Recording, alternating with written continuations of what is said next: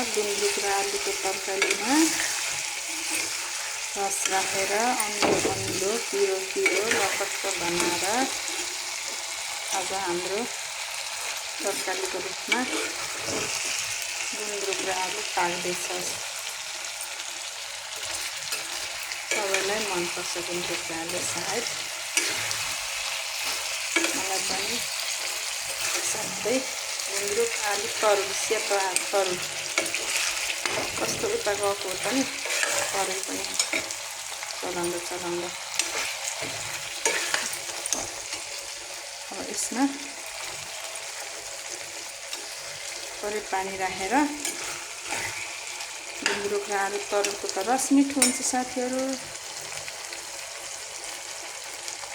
रस खाने हो।